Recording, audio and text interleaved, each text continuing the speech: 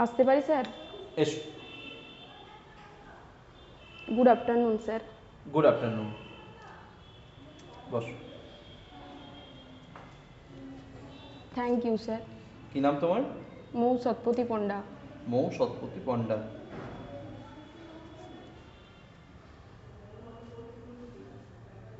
মৌ, তোমার নামের মানে কি? মৌ নামের অর্থ মধু। মৌ মানে মধু। হ্যাঁ স্যার। আচ্ছা, মধু কোথা থেকে পাওয়া যায়, কিভাবে কালেক্ট করা যায়? মৌমাছিরা ফুলের রস থেকে মধু সংগ্রহ করে এবং সেই মধু তারা মৌচাকে জমা রাখে এবং সেখান থেকে আমরা মধু পাই। ঠিক আছে। তোমার বাড়ি কোথায়? বাঁকুড়া জেলার রায়পুর থানার অন্তর্গত দুলাপাড়া গ্রামে। আচ্ছা, নিজের নাম এবং বাড়ি মানে অ্যাড্রেস বাদ দিয়ে নিজের সম্পর্কে কিছু বলো। স্যার আমি 2015 সালে মাধ্যমিক, 2017 সালে উচ্চ মাধ্যমিক, 2020 সালে ডিএলএড পাস করেছি। আর কিছু বলবে? হ্যাঁ স্যার, আমি বর্তমান সময়ে সংসারের নানান কাজকর্মের পাশাপাশি পুলিশ পরীক্ষার জন্য প্রস্তুতি নিচ্ছি। ওকে। তোমার ডিএলএড গ্র্যাজুয়েশন করোনি? না স্যার। ওকে। ডিএলএড কত সালে পাস করেছো? 2020 সালে। 2020 সালে ডিএলএড করেছো। প্রাইমারি টেটে বসেছিলে? হ্যাঁ স্যার। সেখানে উত্তীর্ণ হয়েছো? হ্যাঁ স্যার। তো তুমি প্রাইমারি টিচার না হয়ে তুমি ওয়েস্ট বেঙ্গল পুলিশ হতে চাও কেন? স্যার, ওয়েস্ট বেঙ্গল পুলিশে চাকরি করাটা আমার কাছে স্বপ্নের মতো। আর আমি ডিএলএড করেছি পারিবারিক চাপে। তো এই ইউনিফর্মটা আমার স্বপ্ন যেহেতু, তাই আমি এটাই করব। এটাই করতে চাও? হ্যাঁ স্যার। দিয়ে তারপরে যখন তোমার প্রাইমারি টিচার সিলেক্টেড হয়ে যাবে তখন? না স্যার, আমি এই চাকরিটাই করতে চাই। এই চাকরিটাই তুমি করতে চাও? হ্যাঁ। কিন্তু ওখানে তো কমফোর্ট বেশি, ওখানে স্যালারি বেশি। না স্যার, আমার চ্যালেঞ্জিং লাইফ ভালো লাগে। চ্যালেঞ্জিং লাইফ ভালো লাগে? একটা উদাহরণ দাও চ্যালেঞ্জিং লাইফে কেন ভালো লাগে। প্রতিনিয়ত স্যার বাঁচার জন্য। ওইদিকে কেউ আছে? না স্যার। তো ওইদিকে তাকিয়ে কথা বলছো কেন? এইখানে। প্রতিনিয়ত স্যার বাঁচার জন্য লড়াই করতে আমার ভীষণ ভালো লাগে। যেহেতু আমার হাজব্যান্ড বাইরে থাকে এবং আমার মেয়ে আছে 2.5 বছরের, তো তাকে নিয়ে আমি একা একা যেভাবে বাঁচতে ভালোবাসি। ভালোবাসো একা একা? একা একা বাঁচতে মানে পরিবারের বিভিন্ন চাপে আমাকে একাই থাকতে হয় আমার মেয়েকে নিয়ে। এক মিনিট, চাপে থাকছো না ভালোবাসি? চাপে থাকতে হয়। তো ভালোবাসি বলছো কেন? ভালোবাসা মানে হচ্ছে তুমি একা একা থাকতে ভালোবাসো। হ্যাঁ আর স্যার। চাপে থাকছো মানে তুমি কনফিউজড হচ্ছ নিজের অ্যান্সারে। ক্ল্যারিটি নাও, ঠিক আছে? আচ্ছা, ভালো লাগলো। তো তুমি ধরো চাকরি পেয়ে গেলে, হ্যাঁ। দূরে পোস্টিং হলো, হ্যাঁ। তোমার পরিবার এখানে, কি করে ম্যানেজ করবে? সেক্ষেত্রে স্যার আমার পরিবারের সব ফ্যামিলি মেম্বারদেরকে নিয়ে যাব, সেখানে গিয়ে রাখবো এবং আমার ডিউটি আওয়ার্স বাদে যে টাইম পাবো সেটা আমার ফ্যামিলিকে দেবো। আর তোমার হাজব্যান্ড? হাজব্যান্ড রাজস্থানে থাকে। মানে পরিবারকে নিয়ে যাবে মানে শ্বশুর শাশুড়িকে নিয়ে যাবে? হ্যাঁ স্যার, আমার শ্বশুর শাশুড়িকে নিয়ে যাব। আর বাচ্চা মেয়েটি? বাচ্চা মেয়েকে তো অবশ্যই নিয়ে যাব স্যার। এবার তুমি ম্যানেজ করবে কি করে? বাচ্চা মেয়েকে কীভাবে ম্যানেজ করবে, ডিউটি কীভাবে ম্যানেজ করবে? হ্যাঁ স্যার, আমার শ্বশুর শাশুড়ি আমার মেয়েকে দেখবেন এবং আমি ডিউটি আওয়ার্স বাদে যে টাইম পাবো সেটা আমি আমার মেয়েকে তোমার দেবো। মেয়ের বয়স কত? 2.5 বছর। তো শ্বশুর শাশুড়ির তো বয়স হয়েছে, 2.5 বছরের মেয়েকে কন্ট্রোল করবে কি করে? না স্যার, ওনারা রাখতে পারেন, খুব বেশি একটা বয়স এখনো হয়নি। যদি কোনো দুর্ঘটনা ঘটে বাচ্চা মেয়ের, তুমি তখন ডিউটিতে এবং খুব ইম্পর্টেন্ট ডিউটিতে, কি করবে? হ্যাঁ স্যার, আমার যারা সহকর্মী আছে আমি আমার সহকর্মীদেরকে প্রথমে বলবো, তারা ব্যাপারটা একটু ম্যানেজ করবে, তারপর আমি আমার ঊর্ধ্বতন কর্তৃপক্ষকে জানাবো এবং যদি তিনি আমাকে অনুমতি দেন তখন আমি যাব। আর যদি না দেন? তখন স্যার আমার যারা সহকর্মী আছে তারাই ব্যাপারটা একটু দেখাশোনা করবে। সহকর্মী তো ডিউটিতে তারাও থাকবে, তারা কি করে দেখাশোনা করবে? না স্যার, সবার তো একসাথে ডিউটি পড়ে না।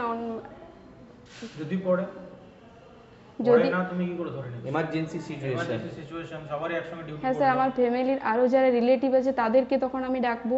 এক মিনিট, ইনস্ট্যান্ট ওই মুহূর্তে তোমার মেয়ের কোনো অ্যাক্সিডেন্টাল সিঁড়ির থেকে পড়ে গেছে, মাথায় আঘাত লেগেছে, শ্বশুর শাশুড়ি কী করবে খুঁজে পাচ্ছে না, কি করবে সেই মুহূর্তে? সেবার আমি তো আমার শ্বশুর শাশুড়িকে ডিসিশন দেবো যে কোনো একটা নিয়ারেস্ট হসপিটালে নিয়ে যাওয়ার জন্য, এবং তারা নিয়ে যাবে এবং সেখানে ভর্তি করবে এবং বাকিটা তো ডাক্তার সেখানে থাকবে, তারা দেখাশোনা করবেন। মানে তুমি নিজে যাবে না? না স্যার, আমি আমার ডিউটি ছেড়ে তো যেতে পারবো না। সেখান থেকে আমি ডিউটি অবস্থায় আমি কিভাবে যাব? আমি অনুমতি পেলেই যাব। আচ্ছা, ঠিক আছে।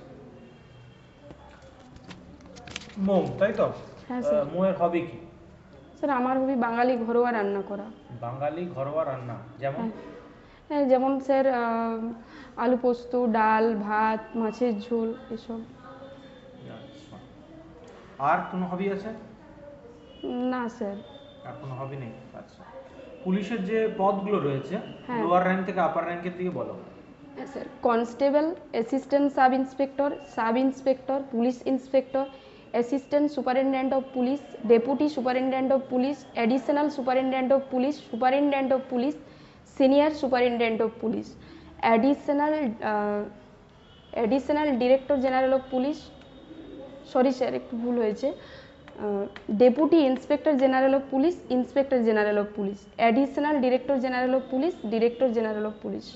ঠিক বলেছো তুমি? হ্যাঁ স্যার। বাঁকুড়ায় কতগুলো থানা রয়েছে? 22টি, সরি স্যার 21টি। 21টা না 22টা, ঠিক করে বলো। 21টি। তুমি ক্লিয়ার নও, কনফিউজড আছো। মহিলা থানা আছে? হ্যাঁ স্যার আছে। কটা?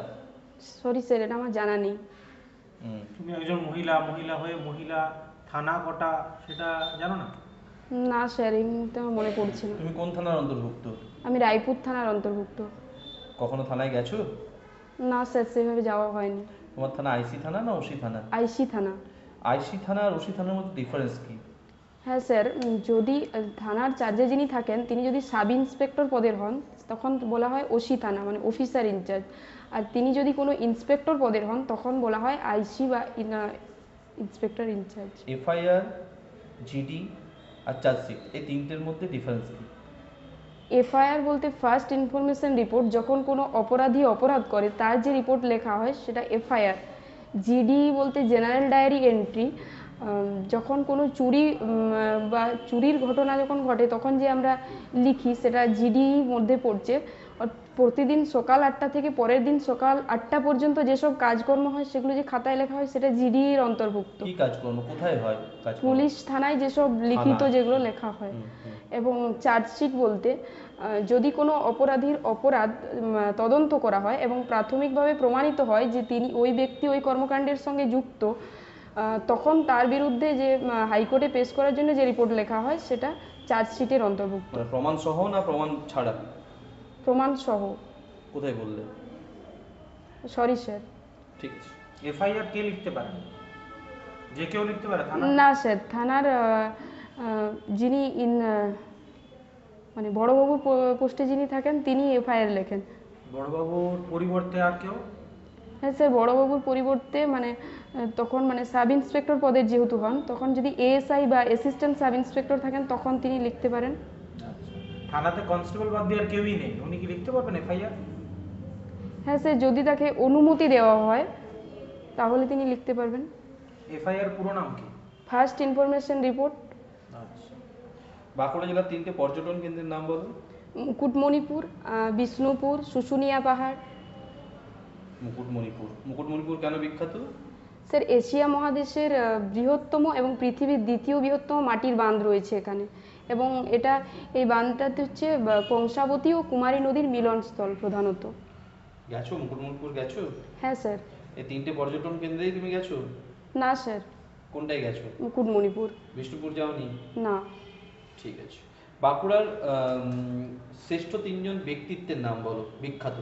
রামকিঙ্কর বেজ, সারদা দেবী, এছাড়াও গুরুসদয় হালদার। সারদা দেবী কে ছিলেন? রামকৃষ্ণ সহধর্মিণী ছিলেন এবং বিশ্বমাতা বলা হয় তাকে। ওনার বাড়ি কোথায়? বাঁকুড়া জেলার বিষ্ণুপুরের কতুলপুর থানার অন্তর্গত জয়রামবাটি গ্রামে। রামকৃষ্ণ দেবের বাড়ি কোথায়? হুগলি জেলায়, তোমার এই মুহূর্তে মনে পড়ছে না স্যার। তাহলে রামকৃষ্ণ দেব বাঁকুড়ার কে হচ্ছেন? জামাই। গুড। ঠিক আছে, এসো। Thank you sir. বসো। বসো। প্রথমে স্যার শুরু করো, ঠিক আছে? হ্যাঁ। ফিডব্যাক। তোমার আই কন্ট্যাক্ট একটু সমস্যা করছে, ঠিক আছে? অ্যান্সারগুলো কনফিউজিং, কিছু কিছু অ্যান্সার, সব অ্যান্সার নয়, ঠিক আছে? আর অ্যাপিয়ারেন্সটা ঠিকঠাকই আছে, ভয়েস কোয়ালিটিও ঠিকঠাকই আছে, ঠিক আছে। মানে পুলিশ হওয়ার জন্য মানে ভয়েস বা বডি ল্যাঙ্গুয়েজ যেটা দরকার সেটা মোটামুটি ঠিক আছে, ঠিক আছে। কিন্তু কয়েকটা জায়গায় একটু সমস্যা রয়েছে, যেমন ওই নলেজ, কিছু কিছু নলেজ, ডিপার্টমেন্টাল নলেজ যেগুলো, ঠিক আছে, ওইগুলোতে কিন্তু একটু সমস্যা লাগছে, আচ্ছা ঠিক আছে। এবার স্যার বলুন বাকিটা। দেখো, প্রথম কথা হচ্ছে তোমার এন্ট্রিতে একটু প্রবলেম ছিল, ঠিক আছে না? হ্যাঁ। তুমি যখন ঢুকছো তখন কোথাও না কোথাও মনে হচ্ছে যেন তোমার বডিটার মধ্যে স্থির, মানে একটু নড়বড়ে টাইপের, দুর্বল টাইপের, আচ্ছা। ঠিক আছে। তোমার এন্ট্রি যেন এমন হয় যেন তুমি সবল ব্যক্তিত্বের অধিকারী, এক। সেকেন্ড হচ্ছে ফেসিয়াল এক্সপ্রেশন। আচ্ছা। তোমার ফেসিয়াল এক্সপ্রেশনে যেন একটা বিরক্তি আছে, মানে তুমি ইন্টারভিউটা দিতে এসছো, বাবা কি কষ্টের কাজ, এই ইন্টারভিউ আমার যেন একদম আসলে ভালো এটা আমার মানে জন্মগত একটা বলতে পারেন। ঠিক এটা অভ্যাসে আছে। দাঁড়িয়ে ওই, গেছে। এখন তো তোমার মনে হচ্ছে না, এখন তোমার ভালো লাগছে। তো আচ্ছা। ফেসিয়াল এক্সপ্রেশনটা যখন তুমি তুমি অ্যান্সার সিনেমা দিচ্ছ, দেখছো তখন কি তোমার ফেসিয়াল এক্সপ্রেশন এরকম থাকে? না স্যার। তাহলে তুমি যখন তুমি এমনিও যখন এখন কথা বলছো, এখন দেখো ফেসিয়াল এক্সপ্রেশন তোমার ভালো, কিন্তু তুমি যখন অ্যান্সার দিচ্ছ তখন মনে হয় যেন বিরক্তি দিয়ে খুঁজে খুঁজে যাচ্ছ, এরকম একটা ব্যাপার। আর তুমি তাকাচ্ছ একবার ওই দিকে, একবার ওই দিকে, একবার সেই দিকে, মানে আই কন্ট্যাক্ট এত ডাইভার্টেড, এবং এন্ট্রির সময়, ঠিক আছে। আচ্ছা। নেক্সট হচ্ছে সম্বোধন। সম্বোধন মানে হচ্ছে তুমি যখন আমাকে সম্বোধন করলে, তুমি স্যারের দিকে তাকাচ্ছই না, তার মানে হচ্ছে তুমি গুড মর্নিং স্যার বললে হয়তো, কিন্তু আমার দিকে তাকিয়ে আছো, সামনের ব্যক্তির দিকেও তাকাতে হবে, মানে একসঙ্গেই তোমাকে দুজনকে তাকিয়ে সম্বোধন করতে হ্যাঁ, মানে হবে। আমার এই পাশে যারা থাকবেন ওখানে, আর এই পাশে ওই উভয় দিকে। দুজনকে না, তোমার যদি কাছে মানে পাশাপাশি যারা বসে আছে, তুমি হ্যাঁ। যদি গোটা রুমটা দেখতে যাও সমস্যা। হ্যাঁ। তুমি যখন এন্ট্রি করছো, সামনে যে দুজন ব্যক্তি সামনে যারা থাকবে, বসে আছে হ্যাঁ। তাদের চেয়ারটার দুজনের সামনে। দিকে তোমার যেন আই কন্ট্যাক্ট থাকে, গুড মর্নিং স্যার, এইভাবে যেন তোমার হ্যাঁ। সম্বোধন হয়, আর ঠিক আছে। স্যার ধরুন ম্যাম থাকবেন, তো ম্যাম হয়তো সাইডে আছেন, তখন তার দিকে অত বলার দরকার নেই। শুধু দেখো, তোমার মানে পুরো স্যারটা বাদ দিয়ে দিন। যদি রুমটাতে যতজন বসে থাকবে, 5 জন বা 6 জন বা 7 জন, হ্যাঁ। অতজনকে তুমি বলতে পারবে না। না, মানে তুমি ম্যামকে। শুনে নাও, হ্যাঁ, বলছি। স্থির ধৈর্য। হ্যাঁ স্যার। তুমি যখন এন্ট্রি হচ্ছে, হ্যাঁ। তুমি এন্ট্রি করার পরে চেয়ারের সামনে তোমার ফ্রন্টে যে 2 জন বা 3 জন ব্যক্তি থাকবেন, হ্যাঁ। বা একজন যদি ব্যক্তি থাকে, হ্যাঁ। যদি 2 জন থাকে, তোমাকে দুজনের দিকে তাকিয়ে সম্বোধন করতে হবে। ঠিক আছে। সাইডে যদি আরো 3-4 জন থাকে, অতজনকে এইভাবে তাকানো সম্ভব নয়। কি বললাম বুঝতে পেরেছো তো? হ্যাঁ। নেক্সট তোমার যেটা নেগেটিভ আমার মনে হয়েছে সেটা আচ্ছা, পজিটিভ যেটা সেটাকে বলে নিই। তুমি এসে যখন বসেছো ততক্ষণ পর্যন্ত ঠিক আছে, কোনো অসুবিধা নেই, কিন্তু বসার মধ্যে তোমার একটা জড়সড় ভাব আছে। তুমি লক্ষ্য করেছো তোমার পা এবং তোমার হাত দেখো, তোমার না হাত স্যার, পুরো আমি জড়ো হয়ে আছে। এই হ্যাঁ, এভাবে তোমার বডি ল্যাঙ্গুয়েজটা স্ট্রেট নয়, বডিটা যেন একটু ঝুঁকে। ঝুঁকে ছিল, এটা একটা তোমার প্রবলেম হয়েছিল। এবার দেখুন তো স্যার, এটা ঠিক আছে? এটা ঠিক আছে। আচ্ছা। আই কন্ট্যাক্ট যেন এখন যেমন আছে সেরকমই যেন থাকে, আর হ্যাঁ। অস্থির হওয়ার দরকার নেই। আচ্ছা। ডিপার্টমেন্টাল কোশ্চেন তুমি ভালো দিয়েছো, অ্যান্সারগুলো যেগুলো দিয়েছো যথেষ্ট ভালো দিয়েছো, কিন্তু কিছু কিছু কোশ্চেনে তোমার যেমন অ্যান্সারগুলো আমার মনে হয়েছে আরেকটু যদি নলেজ নিয়ে বলতে, যেমন ধরো হায়ারকিগুলো যখন বলছো, বলতে বলতে নিজেই তোমার যেন কনফিউশন চলছে, আমি কি ঠিক বলছি, যে তুমি আবার নিজেই বলছো স্যার আরেকবার ভুল বললাম বলছি, ওগুলো একটু ঠিক করে নেওয়াটা হ্যাঁ। প্রয়োজনীয়তা রয়েছে। বাকি এমনি কোনো অসুবিধে নেই, আরেকটু তৈরি হয়ে এসো, নেক্সট টাইম যেন ইন্টারভিউটা আরেকটু ভালো লাগে, ঠিক আছে? ওকে। হ্যাঁ স্যার। আউট অফ 15 তুমি আমার কাছ থেকে আজকে 9+ পাচ্ছ, তবে এটা আরো বেটার হবে, চেষ্টা করো আরো বেটার করার, ঠিক আছে? Out of 15 10। আচ্ছা, তুমি কি এই ড্রেসটা পরেই যাবে? না স্যার, তাহলে কি মানে ড্রেস আমার পরবে? সাদা পাতিয়ালি প্যান্ট, আর আমি সিট কিনে বানিয়েছি আর কি, চুড়িদার। একবার পাঠিয়ে দেবে, ঠিক আছে না? কারণ হ্যাঁ, এটা একটু ছবি ডিপ পাঠিয়ে দেবো। কালার হয়ে যাচ্ছে, না, আমি এটা এতটা পরবো ডিপ না। কালার তোমার উচিত হ্যাঁ, হবে একদম না। হালকা কালারের। ঠিক আছে, এসো। হ্যাঁ স্যার, রাখছি।